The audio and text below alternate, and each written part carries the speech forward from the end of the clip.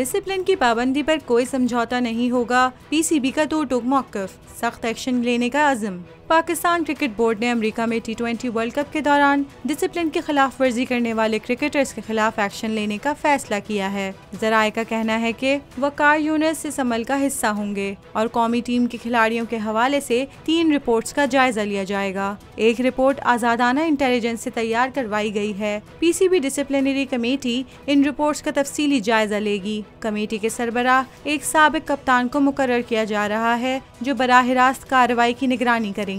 Committee की सिफारिशात की रोशनी में खिलाड़ियों के हवाले से फैसले किए जाएंगे, जबकि हतमी सिफारिशात पर अमल दरामद में वकार यूनुस और मोहसिन नकवी शामिल होंगे।